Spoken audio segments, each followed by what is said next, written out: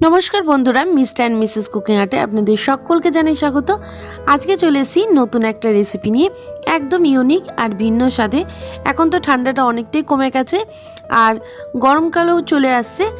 आजकेर जे रेसिपिटा एक चिकेनेर रेसिपि, अनेकेই আছে যে চিকেন কষা বা কিছু গরমকালে অতটা খেতে চায় না, কিন্তু যদি চিকেনের সাথে আমরা লাউয়ের একটা প্রিপারেশন রাখি তাহলে কেমন হয়। আজকের রেসিপি লাউ দিয়ে চিকেন। লাউ কিন্তু শরীরকে ঠান্ডা করে আর ওয়েট লস করতেও সাহায্য করে। তো চলুন দেখে নিই আজকের রেসিপিটা লাউ দিয়ে চিকেন। যদি ভালো লেগে থাকে তাহলে অবশ্যই কমেন্ট করে জানাবেন, লাইক করে দেবেন, শেয়ার করে দেবেন, সাবস্ক্রাইব করে দেবেন আমাদের চ্যানেলটা। পাশে থাকা বেল বাটনটা ক্লিক করতে একদমই ভুলবেন না, যাতে নিত্য নতুন রান্নার রেসিপি আপনাদের কাছে সকলের আগে পৌঁছে যায়। চলুন দেখে নিই আজকের রেসিপি লাউ চিকেন। রেসিপিটা বানাতে আমাদের চিকেন লাগছে, চিকেন নিয়েছি 800 গ্রাম, আর লাগছে লাউ।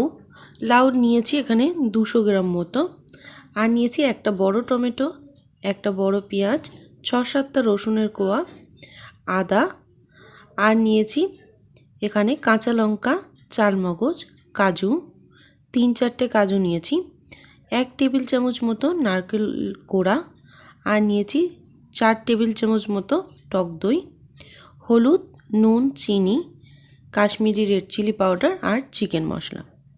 চলো দেখে নিই রেসিপিটা কিভাবে বানাবো।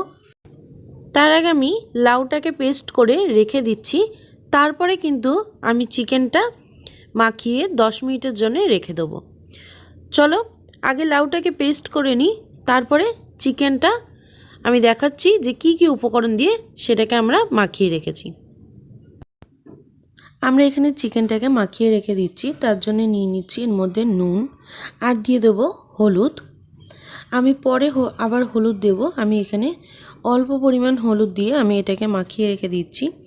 আর দিয়ে নিচ্ছি টক দই, আমি টক দই নিয়েছিলাম 4 টেবিল চামচ মতো। আর নিয়ে নিচ্ছি আদার রস, আমি কিন্তু এখানে আদা পেস্ট ইউজ করিনি, বা পরে রান্নাতে আর আদা ইউজ করব না। এখানে আদার রস দিয়ে নিয়েছি 4 টেবিল চামচ মতো, দিয়ে এগুলোকে ভালো করে একসাথে মাখিয়ে নিচ্ছি। নিয়ে আমি এটাকে 10 মিনিটের জন্য ঢাকা দিয়ে রেখে দিলাম। নিয়েছি, এর মধ্যে দিয়ে দিচ্ছি 3 টেবিল চামচ মতো সর্ষের তেল। আপনারা চাইলে এই রেসিপিটা বাটার এখানে ইউজ করতে পারেন, বাটার দিয়েও বানাতে পারেন, বা সাদা তেল ইউজ করতে পারেন। আমি এখানে সর্ষের তেলই ইউজ করছি। আর দিয়ে নিচ্ছি এখানে গোটা জিরে, আর দিয়ে দেব গোটা গরম মশলা।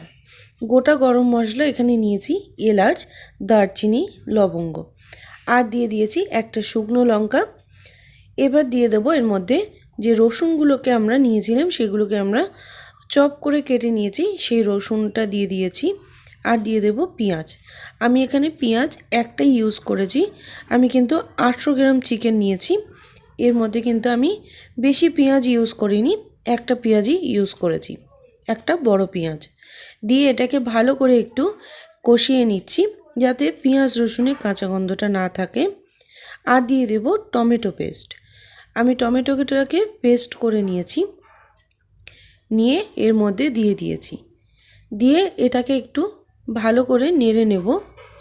আর দিয়ে দেব এর মধ্যে হলুদ, যেহেতু আমরা চিকেনের সাথে আগে হলুদ মিশিয়ে রেখে দিয়েছিলাম, তার জন্য এখানে হলুদটা পরিমাণটা একটু কম দেব আমরা। আর দিয়ে নিচ্ছি চিকেন মশলা। চিকেন মশলাটা এটা আমার হোমমেড চিকেন মশলা। আমি আরও যে চিকেনের রেসিপিগুলো এর আগে বানিয়েছি সেখানে চিকেন মশলা তৈরি করার সম্পূর্ণ যা যা উপকরণ লাগছে সেগুলো আপনারা পেয়ে যাবেন। আর যদি বাড়িতে না বানান, আপনারা কিন্তু মার্কেট থেকেও এটা কিনে আনতে পারেন। আমি এগুলোকে দিয়ে সবগুলোকে ভালো করে একটু মিশিয়ে নিয়েছি। আর দিয়ে নিচ্ছি কাশ্মীরি রেড চিলি পাউডার, সম্পূর্ণ অপশনাল, আপনারা যদি চান এটাকে স্কিপ করে যেতে পারেন, কারণ শুধুমাত্র এটা কালারটা একটু ভালো আসার জন্য কাশ্মীরি রেড চিলি পাউডার এখানে ইউজ করেছি। আমি কিন্তু এখানে কোনো শুকনো লঙ্কার গুঁড়ো ইউজ করিনি, আমি এখানে কাঁচা লঙ্কার পেস্ট ইউজ করেছি। আপনারা চাইলে শুকনো লঙ্কার গুঁড়ো এখানে ইউজ করতে পারেন। আর এর মধ্যে আমি এবার দিয়ে দেব, এটাকে একটু ভালো করে নেড়ে নিয়ে আমি এর মধ্যে দিয়ে দিচ্ছি চিকেনগুলো। আমরা চিকেনগুলো 10 মিনিটের জন্য মাখিয়ে রেখে দিয়েছিলাম। আমি বেশিক্ষণের জন্য কিন্তু এটা মাখাইনি, 10 মিনিট মাখিয়ে রেখে দিয়েছিলাম। আর চিকেনের মধ্যে আমি একটু দিয়ে নিয়েছিলাম গোলমরিচের গুঁড়ো। আমি সবগুলো চিকেন এর মধ্যে দিয়ে দেবো, দিয়ে চিকেনগুলোকে ভালো করে কিন্তু কষে নেব। এর মধ্যে যেহেতু আর কোনো জল পড়বে না, আর এর মধ্যে আমরা দই দিয়ে রেখে দিয়েছি, যার জন্য কিন্তু চিকেনগুলোকে একটু ভালো করে কষে নেব। কালারটা দেখুন কত সুন্দর হয়ে গেছে, আর একটা খুব ভালো কালার এসছে। চিকেনগুলোকে আমরা ভালো করে একটু নেড়ে নিচ্ছি, যাতে সমস্ত মশলাগুলো চিকেনের গায়ে ভালো করে লেগে যায়। আমরা চিকেনটাকে ভালো করে কষে নিয়েছি। এরপর আমি দিয়ে দিচ্ছি লাউয়ের পেস্টটা। এখানে কিন্তু আমি লাউ আর কাঁচা লঙ্কা একসাথে পেস্ট করে রেখেছি। আমি কিন্তু শুকনো লঙ্কা ইউজ করিনি। আমার রেসিপিতে, বেশিরভাগ রেসিপিতে শুকনো লঙ্কা ইউজ আমি করি না। আমি শুকনো লঙ্কাটা খুব একটা পছন্দ করি না, যার জন্যে শুকনো লঙ্কাটা ইউজ করি না। আমি এটাকে দিয়ে ভালো করে একটু কষে নিয়েছি। আর যেহেতু এখানে লাউটা দেওয়া রয়েছে, তা লাউ থেকে জল বেরোবেই, আর দইও রয়েছে, যার জন্য আমরা এক্সট্রা করে আর কোনো জল ইউজ করব না। লাউ কিন্তু শরীরকে ঠান্ডা করে, আর লাউ কিন্তু ওয়েট কমাতেও সাহায্য করে। আমরা এটাকে একটু ঢাকা দিয়ে রেখে দেবো। এরপরে আমরা এটা ঢাকাটা খুলে দেখে নিচ্ছি। দেখুন কত সুন্দর একটা কালার চলে এসছে। আমরা বলছি কাশ্মীরি রেড চিলি পাউডারটা শুধুমাত্র কালারটা ভালো আসার জন্য, আপনারা চাইলে এটা নাও দিতে পারেন। এর মধ্যে আমি দিয়ে নিচ্ছি চালমগজ, আর নিয়েছিলাম 2-3টে কাজু বাদাম আর নারকোল। আমি নারকোল নিয়েছি 1 টেবিল চামচ মতো, সেটাকে সব একসাথে পেস্ট করে নিয়েছি। কাজু বাদাম যদি আপনাদের হাতের কাছে না থাকে, আপনারা চিনে বাদামও এর মধ্যে ইউজ করতে পারেন।